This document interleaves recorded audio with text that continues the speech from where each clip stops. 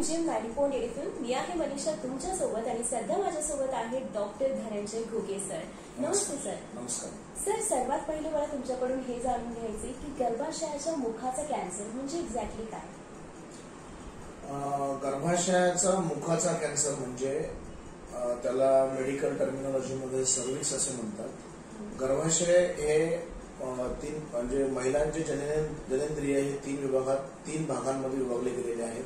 त्याच्यामध्ये अंडाशय, गर्भाशय आणि गर्भाशयाचं मुख ह्या तीन प्रकारचे कॅन्सर हे अत्यंत प्रामुख्याने आढळतात. त्यापैकी गर्भाशयाचा मुखाचा कॅन्सर म्हणजे सर्व्हिक्स हे भारतामध्ये फार जास्त प्रमाणामध्ये आढळून येतो. ओके. आणि या गर्भाशयाच्या मुखाच्या कॅन्सरची लक्षणे काय असतात? गर्भाशयाच्या मुखाच्या कॅन्सरच्या लक्षणांमध्ये सर्वप्रथम जे आढळून येतं ते म्हणजे तिथून रक्त जाणे, इन्फेक्शनचे पांढरे पाणी जाणे, तिथून दुर्गंधित वास येणे आणि पोट दुखणे हे त्याचे प्रामुख्याने लक्षणे आहेत. ओके. आणि हे नॅचरल असतं म्हणजे अजून यापेक्षा वेगळे काही लक्षण आढळून येतात का? ज्याने जेव्हा गर्भाशयाच्या मुखाचा कॅन्सर हा अत्यंत सुरुवातीच्या स्टेजमध्ये असतो तेव्हा आपल्याला ही लक्षणे आढळून येतात.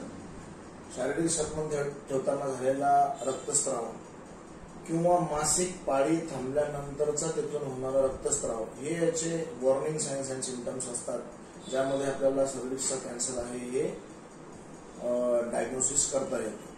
त्या व्यतिरिक्त जर का पेशंट लेट स्टेजमध्ये आपल्याकडे आला तर त्याच्यामध्ये गाठी येणे, पोटात दुखणे, तसेच कॅन्सर इतर ठिकाणी पसरणे म्हणजे ॲब्डॉमेनमध्ये, लिव्हरमध्ये, लंग्समध्ये पसरणे. मग तो ज्या ठिकाणी पसरलेला आहे त्या ठिकाणचे सिम्पटम्स त्याला दिसतात. उदाहरणार्थ जर का तो लंग्समध्ये पसरलेला असेल तर श्वास घ्यायला त्रास होणे, किंचित रक्त जाणे, लिव्हरमध्ये पसरलेला असेल तर पोट दुखणे, लिव्हरचं काम कमी होणे, किंवा इतर ठिकाणी जर का असेल तर आतड्यांना ब्लॉक करणे, पोट दुखणे हे त्याचे त्या ठिकाणचे कॅन्सर पसरण्याचे लक्षणे असतात. ओके. आणि ह्या गर्भाशयाच्या मुखाच्या कॅन्सरने म्हणजे महिलांनी काय काळजी घ्यावी? गर्भाशयाच्या मुखाच्या कॅन्सरमध्ये महिलांनी घ्यायची सर्वप्रथम काळजी म्हणजे मासिक पाळी थांबल्यानंतरचं जे वय असतं, उदाहरणार्थ 45 ते 50 या वया गटात महिलांची मासिक पाळी ही युजली थांबते. मासिक पाळी थांबल्यानंतर तेथून येणारा रक्तस्राव हा कधीही नॉर्मल नसतो. तेथून येणारा रक्तस्राव जेव्हा कधी झाला तेव्हा ताबडतोब कॅन्सर तज्ञांचं कन्सल्टेशन आपण त्या ठिकाणी करायला पाहिजे. त्या व्यतिरिक्त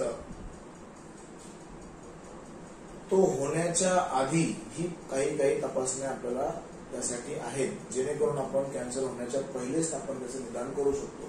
त्यामध्ये पॅप स्मिअर आणि HPV DNA टेस्ट या 2 टेस्ट असतात, ज्या की अमेरिकन कॅन्सर सोसायटीच्या गाईडलाईननुसार वयाच्या 30 नंतर केल्या पाहिजे. जर फक्त आपण पॅप स्मिअर टेस्ट केली, जी की अगदी 5 मिनिटाची तपासणी आहे, काचेच्या पट्टीवरती गर्भाशयाच्या मुखातले काही कण घेऊन त्याच्यामध्ये कॅन्सरचा सेल वाढतोय की नाही वाढतोय आपण हे फार लवकर तपासू शकतो. ते दर 3 वर्षांनी करायला पाहिजे. त्या व्यतिरिक्त जर का पॅप स्मिअर मध्ये कधी आपण HPV DNA टेस्ट कधी ऍड केली तर ते दर 5 वर्षांनी करायला पाहिजे. ह्या दोन्ही टेस्ट कॉम्बिनेशन करून केल्यानंतर आपण गर्भाशयाच्या मुखाचा कॅन्सर हा अत्यंत लवकरात लवकर किंवा होण्याच्या अगदी अर्ली स्टेज, इन सिटू स्टेजमध्ये आपण त्याला ओळखू शकतो. त्या स्टेजमध्ये ट्रीटमेंट घेतल्यानंतर, ऑपरेशन वगैरे केल्यानंतर 100% बरा होण्याचे चान्सेस या ठिकाणी असतात. पण हा पर्टिक्युलर कॅन्सर होतो का? याला काय कारण? हा पर्टिक्युलर कॅन्सर होण्यामागे सर्वात मुख्य कारण जे आहे ते म्हणजे त्या ठिकाणी असलेलं व्हायरसचं infection. HPV human papilloma virus. Human papilloma virus हा फिमेल जनेंद्रियामध्ये सुद्धा त्याचा तिथे वावर असतो. त्याच प्रकारे मेल जनेंद्रियामध्ये सुद्धा त्याचा वावर असतो. शारीरिक संबंध ठेवताना त्या ठिकाणी झालेलं HPV व्हायरसचं त्या ऑर्गनमध्ये किंवा त्या गर्भाशयाच्या मुखात जो रुजतो, तेथे वाढतो, त्याला तिथे आपलं घर बनवलं, त्याचा कंटिन्युअस तिथे तो असतो. फक्त हे कण अत्यंत सूक्ष्म असल्यामुळे आपल्याला ते कधी दिसत नाही, पण त्यांची त्या ठिकाणी लिमिटपेक्षा झालेली जास्त वाढ, त्या ठिकाणी झालेले इंजुरीज, त्यामुळे त्या ठिकाणी हा कॅन्सर होतो. HPV infection is the main cause of गर्भाशयाचा मुखाचा कॅन्सर. मल्टिपल त्याचे व्हेरियंट्स आहेत. HPV 16, 18, 31 हे त्या ठिकाणी कारणीभूत असतात कॅन्सर करण्यासाठी. मग महिलांना तुम्ही बिंग डॉक्टर यासाठी काय महिलांना मी या संबंधात अशी काळजी घेण्याचं आवाहन करेल की सर्वप्रथम आता यानुसार सर्व्हिक्स कॅन्सरमध्ये व्हॅक्सिनेशन हे इंडियामध्ये बऱ्यापैकी चालू झालेलं आहे, जे की आम्ही आमच्या सेंटरलाही व्हॅक्सिनेशनसाठी भरपूर महिलांना प्रवृत्त करतो आणि त्यांच्या मुलींना ज्या यंग एज वयोगटातल्या मुली आहेत, उदाहरणार्थ त्याचा जो वयोगट आहे ज्यामध्ये हे व्हॅक्सिन दिलं गेलं पाहिजे तो वयोगट आहे 9 to 14. पहिल्या शारीरिक संबंधाला एक्सपोज होण्याच्या पहिले हे व्हॅक्सिन दिलं आवश्यक असतं.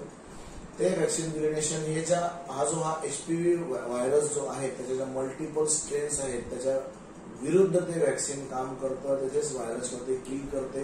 त्यामुळे तिथे व्हायरस इन्फेक्शन वाढत नाही आणि कॅन्सर होण्यास कमी होतो. सर्वात प्रथम व्हॅक्सिनेशन कडे आपला कल असावा, ज्यामध्ये 9 to 14 वयोगटातल्या फिमेल सुद्धा असतील किंवा त्याच्या पुढच्या वयोगटामध्ये सुद्धा कॅन्सर व्हॅक्सिन घेण्याचा प्रावधान हे आहे.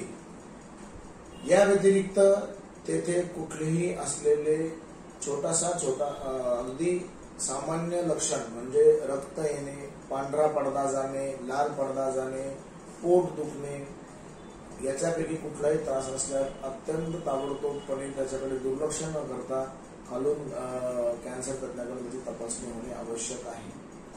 त्या व्यतिरिक्त व्हॅक्सिनेशन सिम्पटम्स आणि वयाच्या 30 नंतर दर 3 वर्षाला पॅप्समियर किंवा दर 5 वर्षाला पॅप्समियर प्लस HPV DNA टेस्ट हे होणे अत्यंत आवश्यक आहे. तर मी हा महिलांना संदेश देईल किंवा महिलांना मी हे करेल की ह्या आपण गोष्टी जर का पाळल्या तर सर्व्हिक्स कॅन्सर मधून आपण चांगल्या प्रकारे भारतात मुक्तही करू शकतो.